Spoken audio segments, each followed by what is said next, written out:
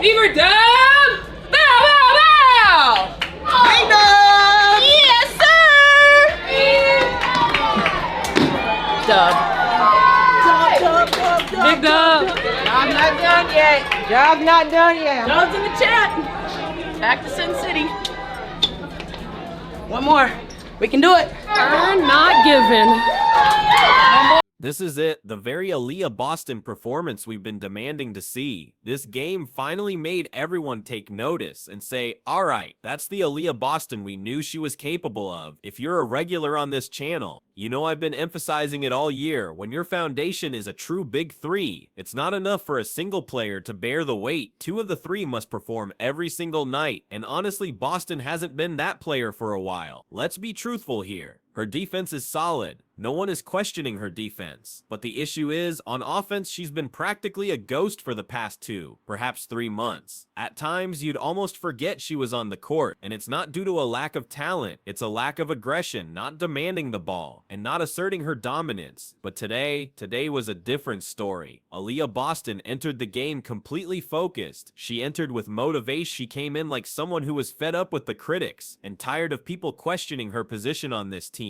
She took this game to heart, and when Boston competes with that kind of intensity, when she ignites that fire within her, she's absolutely unstoppable. She's too gifted, too powerful, too skilled to be a background player. And today, she served a reminder to everyone of why the Fever drafted her so high and why she's a cornerstone of this team's future. And let's not overlook the larger context. Thanks to Boston's showing, the Fever have forced a Game 5. This means we're returning to Vegas. No one predicted this series would go to 5 games, but Boston ensured it. She was commanding. She owned the paint. She was potent around the rim. She showed no hesitation. She played without fear, and she didn't rely on someone else to take charge. She declared, "I've got this," and she came through. This is what the Fever faithful have been anticipating. This is what her teammates have been hoping for. And frankly, this is what the league has been awaiting. Because when Aliyah Boston plays at this level, she elevates the entire team. She transforms the Fever into a completely different squad. So here's the takeaway. If this is the Aliyah Boston we can expect from now on, if this is the intensity she brings to Game 5, then get ready, because things are about to get really exciting in Vegas.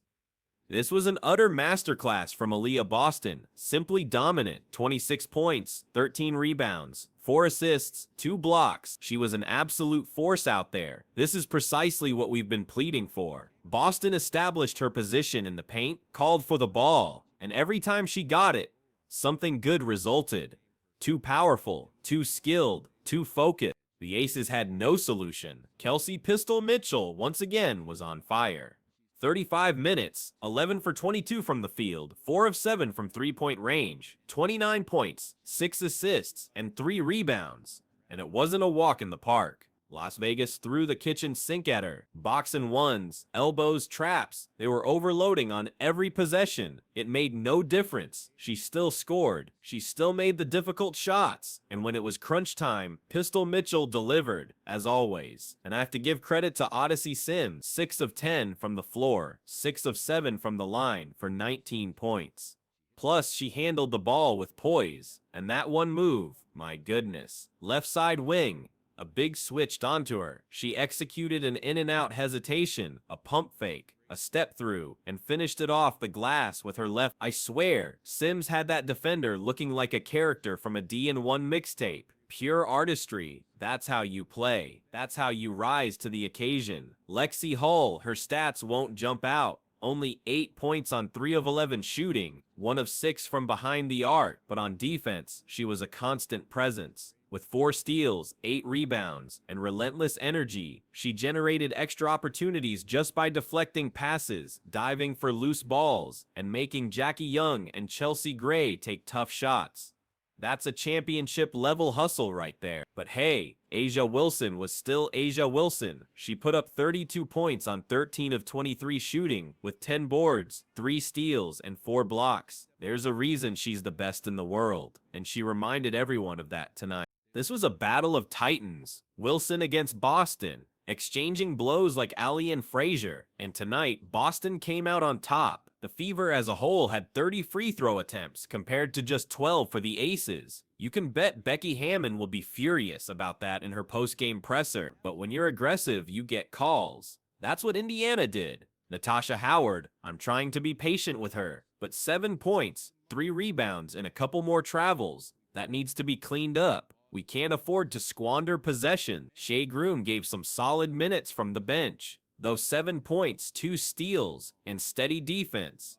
Ultimately, this came down to Boston and Mitchell outperforming Wilson and Jackie Young. Indiana gets the victory. And you know what? We're now 1 win away from the final. Nobody saw this coming, but here we are. Stephanie White, you deserve recognition. You finally instructed Boston to dominate the low post, and it worked. They were forced to send double teams because they couldn't handle her one-on-one. And if you continue to feed her the ball like this, the Indiana Fever are on the verge of stunning the entire world. Kelsey Mitchell, incredibly, there will be a winner. So she goes to the line. The arena is electric. The Fever fans, oh my goodness, they erupted. MVP, Chants for Kelsey Mitchell, raining down right in front of A'ja Wilson. You can't write a better script than this. That's completely ruthless. That's a masterclass in fandom. That's how it's done. Fever fans, you demonstrated to the entire league what it means to be a ride or die supporter of your team. This victory, huge. It had a different feel. It felt like a statement. And the best part, the internet is already buzzing with it. They're now calling this group the Suicide Squad. You heard me correctly. The bench players, absolute chaos tonight. Unpredictable energy. The kind of energy that makes opponents dread playing against you, but makes every fan love to watch you. Meanwhile, the detractors are losing it, complaining about blocking fouls, making subtle gestures, all the typical WNBA drama. Chloe, Sophie, their antics. The Fever fanbase just gave them the double bird and moved on. That's the way you handle it. That's the way you seize the moment. And listen, here's the real story. This game's impact went beyond the court. The excitement was everywhere. A'ja Wilson, 65,000 mentions. Incredible. The league made a strong effort to make this night about her. The WNBA's marketing department was in full swing, but the Fever snatched the narrative. The Fever fanbase snatched the narrative, and now it's time to pack your bags. They're returning to Vegas, back to the Strip, back to the war. The Fever aren't just winning basketball games, they're reshaping the culture of the WNBA. Game 5 is poised to be monumental. There's no doubt about it. This is the game everyone has been anticipating.